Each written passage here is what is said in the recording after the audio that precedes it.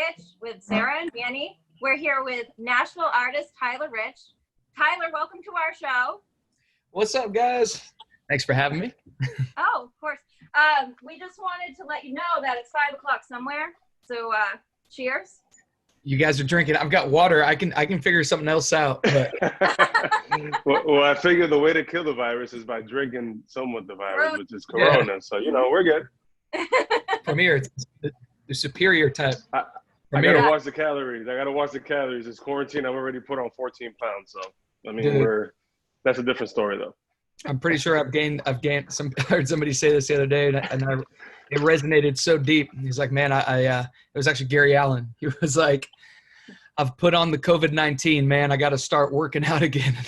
Like, it is.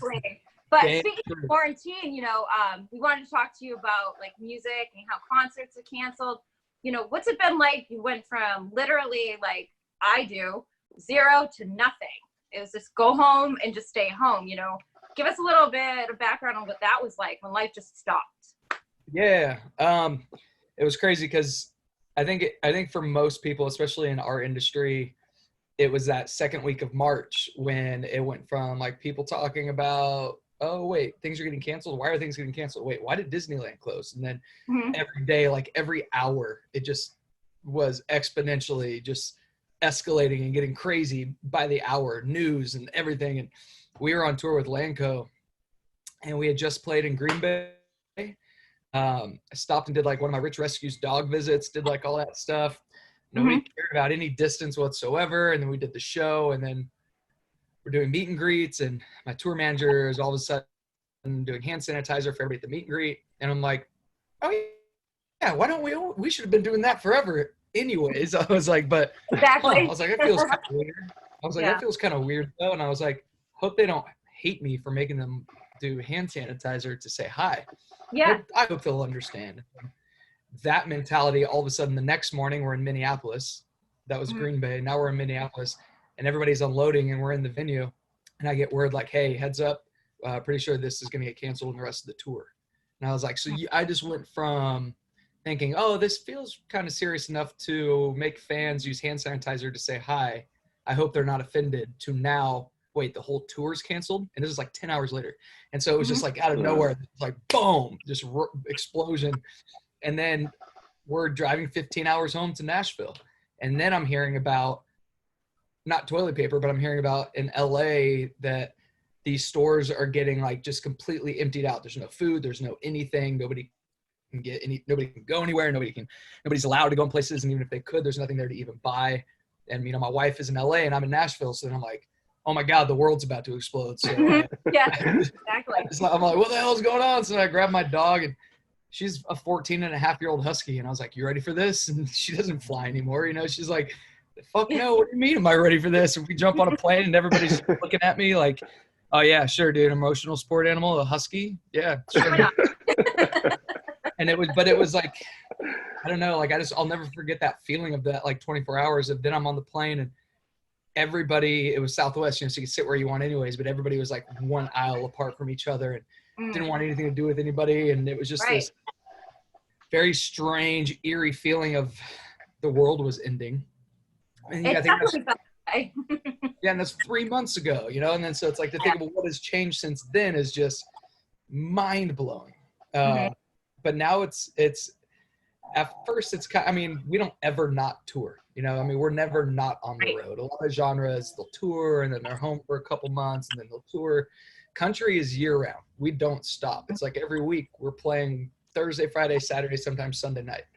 And so at first I was like, oh yeah, cool, shit, I'll take a couple weeks off and hang out.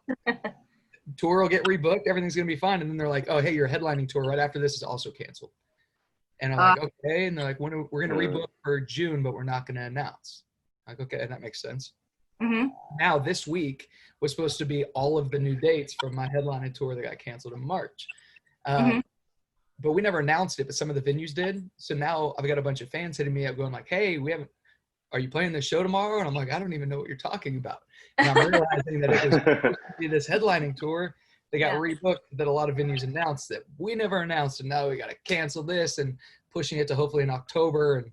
And it's brutal. You know, we've had to figure out the fastest way possible to mold into a new business model. Like, I mean, the first few days of realizing I wasn't going to get to play shows for a couple months or a few months or maybe a year, you've got every other artist like playing live shows and doing anything they can to stimulate, you know, like their fandom and get people like excited and engaged still. And I was like, I got to figure out something different. Like, what's gonna make people want to come to my page? And then that's when we came up with like that Sunday brunch idea and like all that. And I don't know, man, it's been crazy. I built a studio. I don't even know how to use it. I've just been recording stuff at home. I've been in LA for 3 months now. And I was about to go home about a week ago to Nashville for the first time and hang out for a week and then come back here and go back and forth. But then everything, all the new, you know, mode of chaos started. And, and I was like, well, I guess I for sure got to stay with my wife again and protect the fort in LA. And, hey, Tyler, I tell Sarah joking around, I'm like, you know, before, you know, being of color myself, I'm Dominican. Like now I wear a mask and everybody wants to say hi and hug me.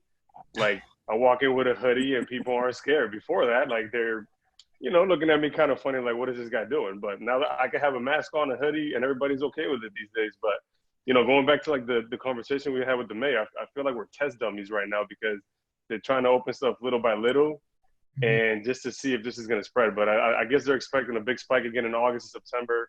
I mean, as you probably heard, they canceled the Boston Marathon here in Boston, which is a humongous thing here in Massachusetts. But I feel like we're test dummies and just to see what the corona goes, because he even said that he's hoping by this time next year, we're back to somewhat normal. That's a year from now. And I'm like, dude, summer's not even here yet, you know? Right. So, yeah, it's brutal, man. And it's like, and you look at these, you look like the protests and there's so many people in close quarters and they've got their masks on, but there's, for the most part, they have masks on, but they're like down a little bit. yeah, a little bit. Yeah. But they're definitely like inches apart. They're not feet. They're not 6 feet, you know? And so I've got high hopes that in 2 weeks, because, you know, that's, I guess, about the time people get tested, show symptoms, etc. I have high hopes that it wouldn't be the spike that they would expect from that. And then they can see that if we are safe still and we do wear masks and we do take the proper precautions, that we can stand next to each other, you know, and that you said it. If we take the right precautions, it's going to be up to people to be able to respect the guidelines and the social distancing and just be clean. To be honest, that's something that you're taught since you're a little kid. Like now you just have to be a little bit cleaner, wash your hands more, use sanitizer. But I mean, obviously no sports. I mean, the blonde one told me that you're a 49ers fan, which I'm not going to say I'm disappointed, you know, but, you know, we're all Pats fans on this side. You know, we're not all perfect. It's okay. But you guys do have Jimmy over there, which he's okay. You're a Pats fan? Perfect. I'm a Pats fan, I'm guessing. I'm a football fan, but obviously being from New England, you know, you get used to winning with the Patriots. But I like watching a good game. So like, you know, I love Brady what he did before he left, but I'm a good, like, my buddies get mad because I'm like, I'm a Patriots fan, but I don't want to see them blow out every team by 50. Yeah. I want it to be a good game, and if they lose by 2 or 3, it was a good game. But yeah, she told me you were a 49ers fan, and I was like, all right, I'm gonna you know, go at him a little bit, see what he thinks. What do you think of the Niners this year?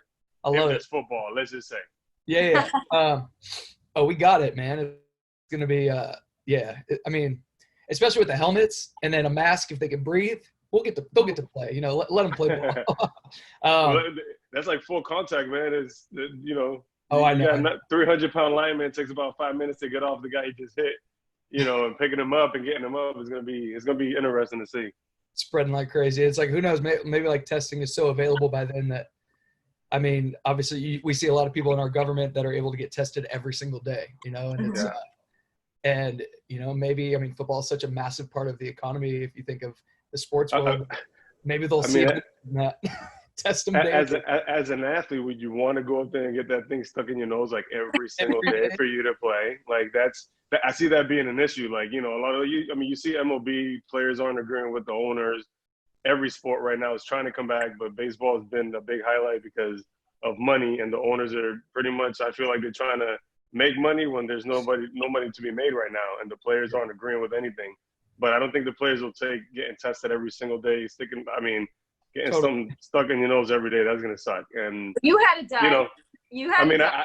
I had it done because one of my buddies, we went golfing, and he drives the buses here in Boston, like MBTA, and a lot of the drivers, just from being around people, like they all tested positive. He took the test, and once they started golfing, I was out there every day, and then he tells us like 4 days later, like, oh, I'm positive, and I'm like, oh damn. So I went and got the test done negative. We're all good, but it was just, you know, it sucks right now. I mean, like I got kids, and I became a teacher overnight, and I told Sarah all the time that half the stuff I got to go back on the internet and try to figure out, you know, decimals and how to move this decimal for my 12-year-old son. Like, it's crazy. Like, you know, but like. Exactly. It's like sing along. You like follow the dot. Like, which number does this decimal go? I'm like, buddy, man, it took us 2 steps back in the day to get this, to solve this problem. Now you got to break it down into like 8. That's not. And what do they call it? Core math or something like that? I don't know what it is. I don't care what it is. I'm just ready for them to go back to school. So. I feel you, man. I feel you.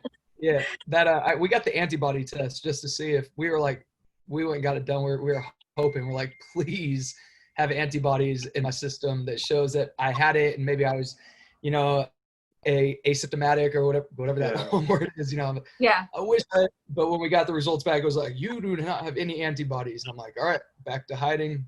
So you're still screwed. Still screwed. It's gotta be safe. It's gotta be safe. That's all. Yeah, but I'm hopeful. I see places like Nashville. When they first. Oh, sorry. No. Besides like music, because I know that was your passion. I mean, I looked up your bio a little bit, trying to read up on you. And I did hear some of your songs. I told Sarah, you got some pretty good stuff. And I'll tell you a quick story. Like when I first got drafted, you know, from the city, Boston, like me and my friends, we didn't listen to country. I didn't play golf.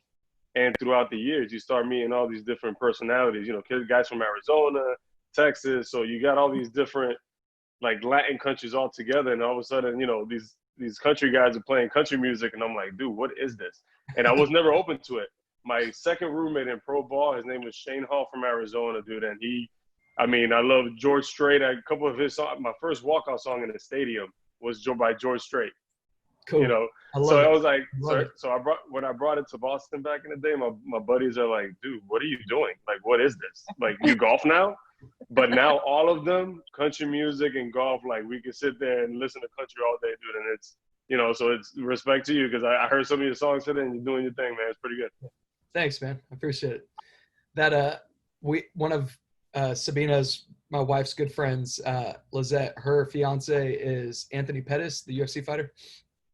And when I was with him one day, he was like, man, he's like, you know, when I realized I really liked country, he's like, we did a USO tour overseas. And I think it was Craig Morgan or Craig Campbell was out there. And, you know, I was out there and then they had music and, you know, watching the music and stuff, it was cool. And like, it was so inspiring. Everything sounded good. But then at the end of the night, when I saw that everybody that did country drank tequila, man, that's when I realized that these are my people. Tequila's always good. Tequila's a good choice. Yeah. Speaking of drinking all that tequila, tell us, like, all right, first of all, we want to know when we're coming on Sunday brunch because we will actually be in the same room for a Sunday brunch. Okay. So when you run out of celebrity guests, call us because we're ready. I'm there. We're ready. I love it. It's been a lot of fun. We're taking a break this week. I think we're going to bring it. We're taking a break this week just out of respect for everything that's going on, not doing any live shows or anything like that. But I believe next week the plan is bring it back. But yeah, sometime over the next couple of weeks, I'd love to challenge you guys to some day drinking trivia. Oh God, yeah, we'd be good at that. It's fun. Sarah would win. She's borderline almost having a problem with the boozing. Hey, but besides music, did you play any sports like in high school, or did you always know that music was going to be what you wanted to do, like, you know, since you were a kid? Yeah, it was always music as the goal for the career, like 100%. But I did play sports for fun. I found I was always really good at sports when it was just, you know, some buddies that we'd go to a park and play baseball on an imaginary diamond, you know, or playing football, tackle football or two-hand touch like at a park. I was always really good when it was fun. But I realized as soon as I got on a team with people I didn't know and had a jersey with a number and people watching that I didn't know, that Yeah. I flaked out like every single play. Like I was never good, you know. And then so when I was a Gotcha. freshman in high school, I played football, and it was so much fun. It was one of the most fun 4 months of my entire 4 years of high school. But then I fell in love with music and playing guitar just as much that year. Yeah. And I realized I truly only had time for one after school special. And I was like, everybody plays sports here in my little hometown. I was like, not many people play music. And I was like, I'm definitely not nearly as good as all these friends that play sports. And I was like, so maybe I'll be the one that plays music. And then so, I mean, our school was, our town wasn't that small, but it was, you definitely know everybody, you know, it's that kind of a place. And I remember originally even having the idea of like being in a band. I'm like, okay, well, I'm gonna play guitar, just learn the first song. Dude, you're gonna buy drums. You're gonna play drums and you're gonna play bass. And all these people were like, I don't know what you're talking about. I don't know how to play music. And it kind of just organically turned into being in bands in high school. And Yeah, I did see one of your songs you dedicated back to your hometown, right? I haven't heard that one yet. I was kind of going through all the songs, but I saw that you made one for your hometown, correct? yeah, quite a few.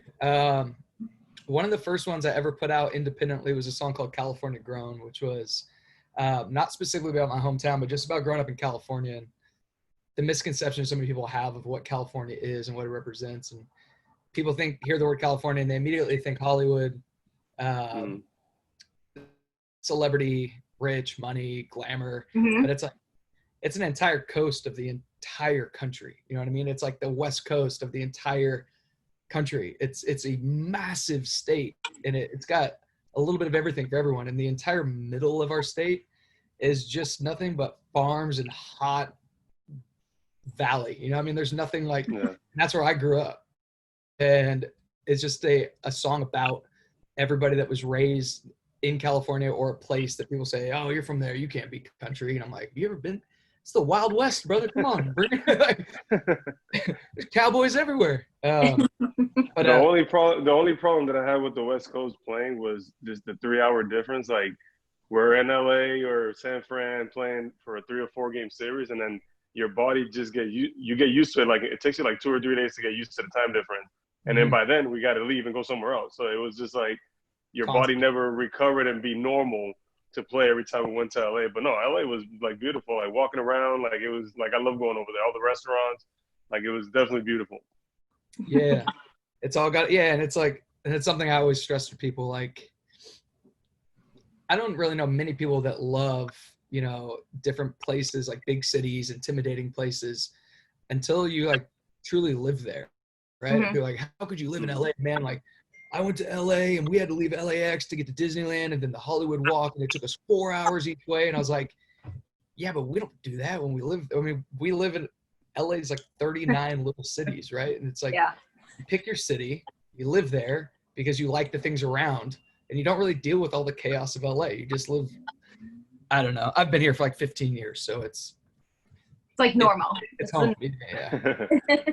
But speaking of songs, you had a song you put out the other day, and I have to tell you, it's on your IGTV. I don't know, did you write a song for IG and it went on IGTV like 2 days ago? It was the most incredible I've heard your voice. Oh, thank you. Good. So good. I was like, wow. Thank you very much. I think it was Sam Cooke. I think it was A Change Is Gonna Come. Yes, that's what it was. Yes. Yeah. Thanks. Yeah, I was just jamming on that song in the kitchen, and Sabina kind of started filming me, and it was just a minute of that song, and I felt like it was a good night to throw something like that up. It's such an inspiring and hopeful song, and but also shows that there's just been years and years. And I mean, that song I think is from the 60s, maybe the 50s, and it's like, and he's voicing his opinion that day, you know, with that voice, and it's crazy because you're hearing the same things today. And so I was just kind of revisiting that old song, something I listened to so many times growing up, and yeah, I appreciate that compliment. Yeah, it was really good. Just had to tell you. Don't get me wrong. I have a guitar myself that I've been playing for years through my career with like different teammates. Yeah. You know, Sarah's right. I mean, it's not easy, man. So it's unbelievable what you guys do, just to be able to pick up the guitar. And I mean, obviously you have a great voice, so it's pretty cool to be able to do that. And because I saw another video you put up, you know, with all the rioting and everything going on. Obviously, we need music right now So hopefully, like you said, a couple of weeks, like we need sports to calm this whole country down. Like we need something. So like that video that you posted though, or I don't know if it was yesterday or the day before with all the riots, that was a pretty cool video too, man. Like heartwarming, and I'm pretty sure everybody around the country appreciated it. Yeah, thanks, man. I know. I think we're all. I just want to fight with Dodgers fans again. You know, that's like.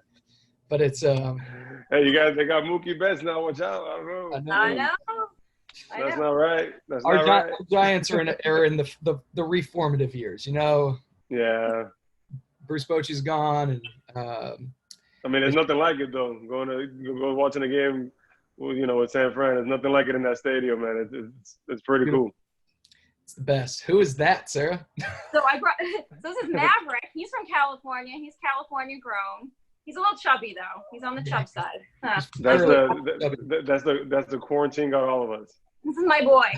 But Maverick. I brought him to talk about Rich Rescues because Maverick's a rescue and he's from California. So we wanted to know a little bit more about that. That's also another awesome thing you're doing. Can you hear him snorting? He's like a pig.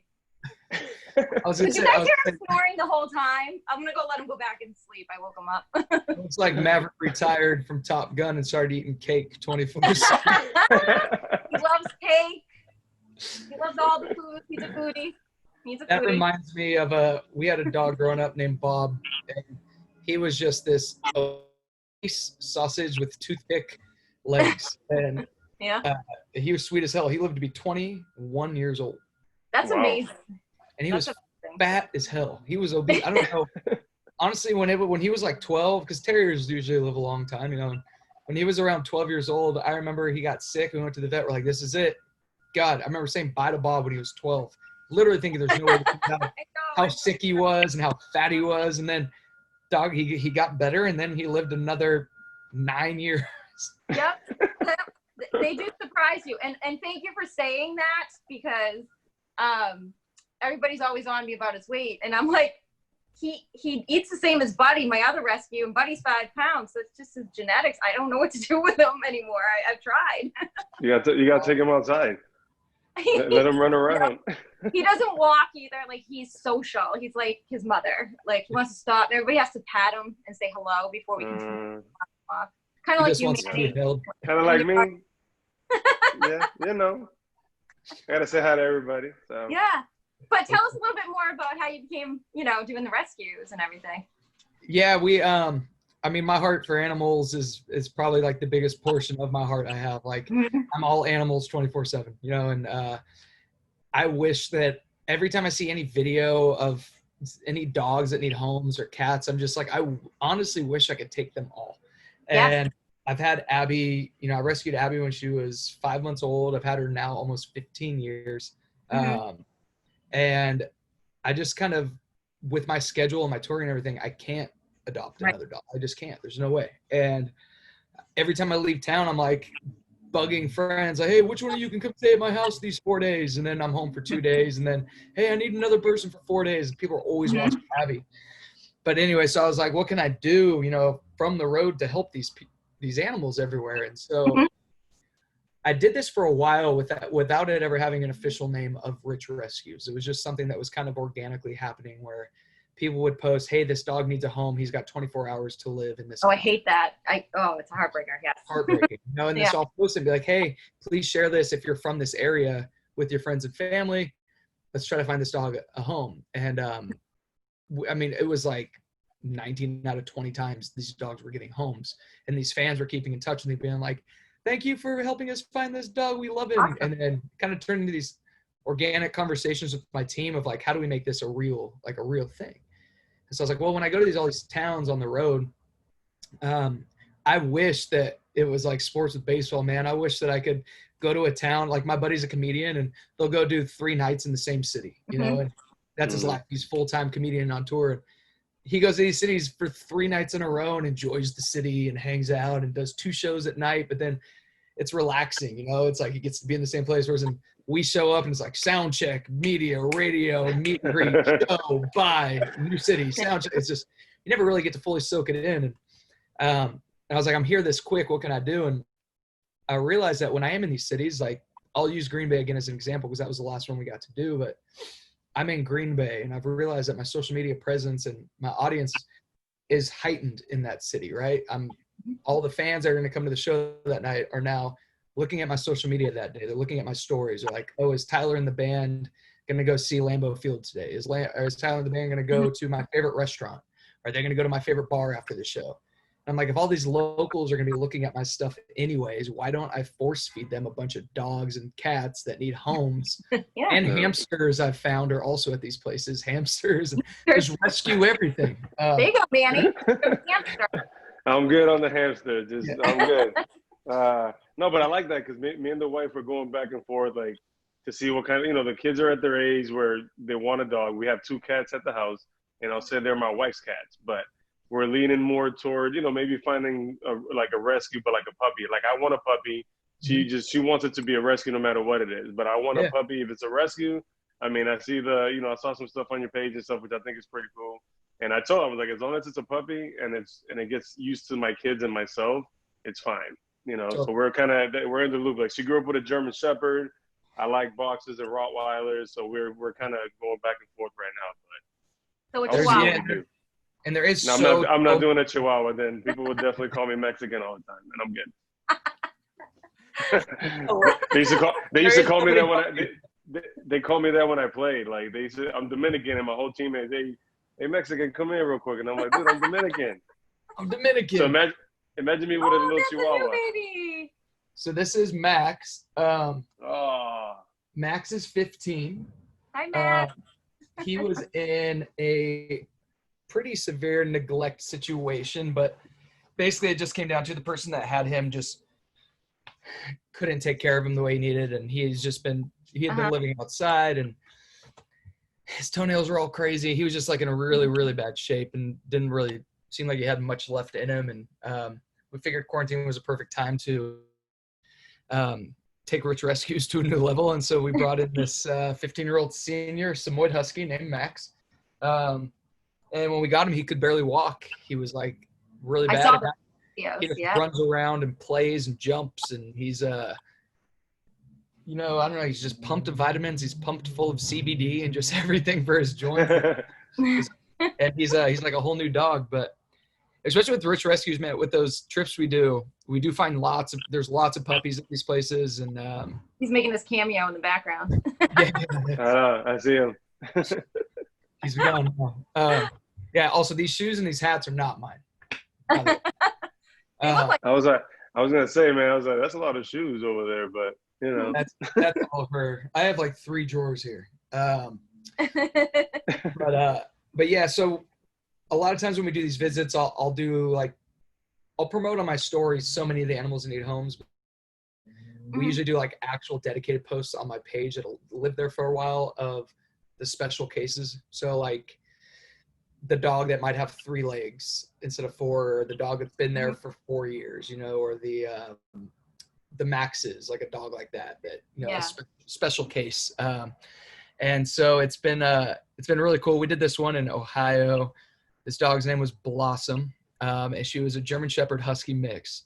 And we got there. It was in Medina, Ohio, right outside of Cleveland.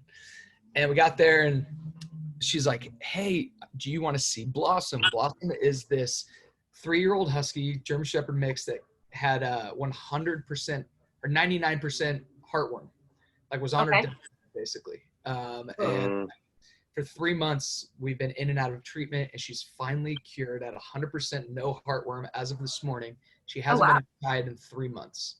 Do you want to take her on her first walk? And so I was like, hell. And so I took her out, and it was snowing, and she just did laps around me forever and ever and ever. And we put that video up, and I think the next day, one of my fans went and adopted her. And, really? That's awesome. Sends me like updated pictures of the kids with Blossom. She's got a new name now, but and it's just awesome when something like that, I don't know, when it's just an idea that all of a sudden leads to fans actually doing what I intended to, like, hopefully that they would participate in, and that's, adopting all these animals. Right. But it's been cool. That is awesome. I love that, because I do the Chihuahuas out there, so try to get them Try to get them back here. Too many chihuahuas out there in LA. I get like these late night calls like, buddy was, hey, I'm putting this dog on a plane. You need to go get him at Logan at 8 a.m. And I'm like, wait, what? I'm getting a dog? What? Yeah. Love that. Yep. He doesn't walk outside though. He's a house cat. Yeah. That's a long story. That's why he's not in this picture. He's sleeping. Yeah.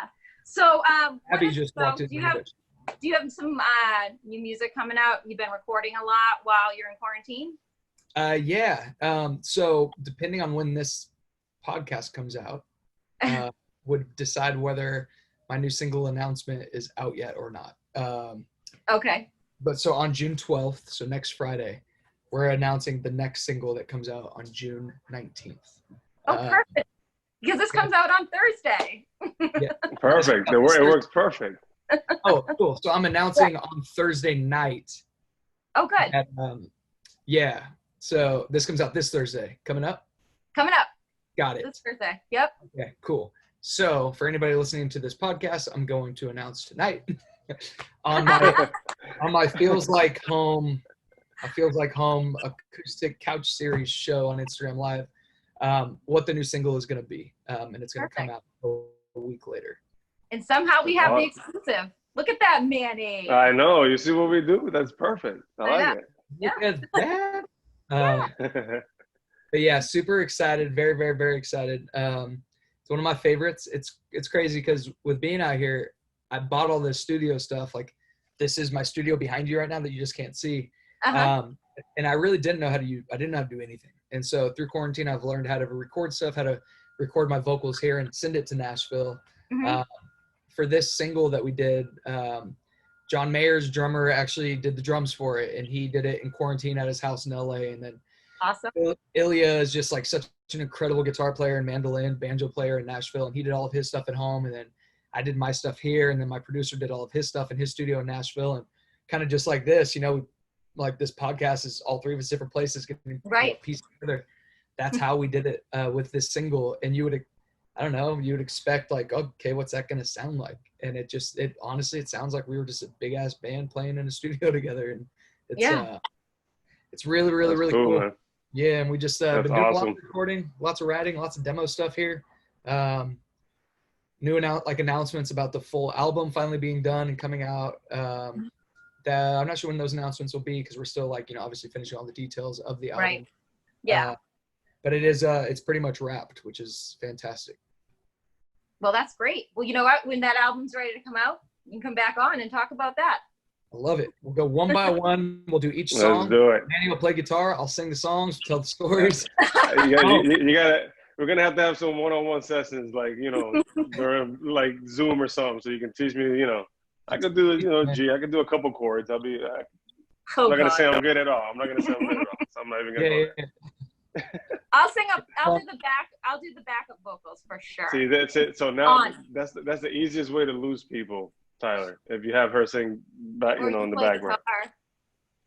Yeah, whatever. I can guarantee. Don't disagree with that. Guitar's addicting, man. If you dive back in, you start learning a little bit more. You learn how to play if you know how to play G and C, man. Yeah, that's 30% of the world. I know. No, I could do a G and a C pretty good. It's just a matter of just reading the music and But if I could dedicate to it, I could probably learn. I'm a quick learner, but not your status, But not quick, man. I've been doing this for 20 years. I know. No, already. What was it, 14? You started at 14? 14, yeah, and I just turned 34. God. No, like I said, man, it's awesome getting to meet you, man, because hopefully we'll get you back on. Yeah. I mean, me and Sarah are doing this, and I'm having fun with it. We're having a great time, but I'm hoping that you say 2 weeks and they let stuff come back because we need to get out of the house and we need music and we need everything back in the world right now, the way the world is. And, hopefully this COVID-19 just goes away, which I don't think it is, but I hope but it was good having you, man. It was awesome. Thanks. Yeah. So good to meet you, Sarah. Always good to see you. Always good to see you with virtual fist pumps. Can't wait to hear that single next week. So everybody stay tuned. Yeah. All right. I'm excited. Have a great summer. We'll talk soon. Yeah. Bye, everyone. Thanks, Tyler. Appreciate it, bro. See ya.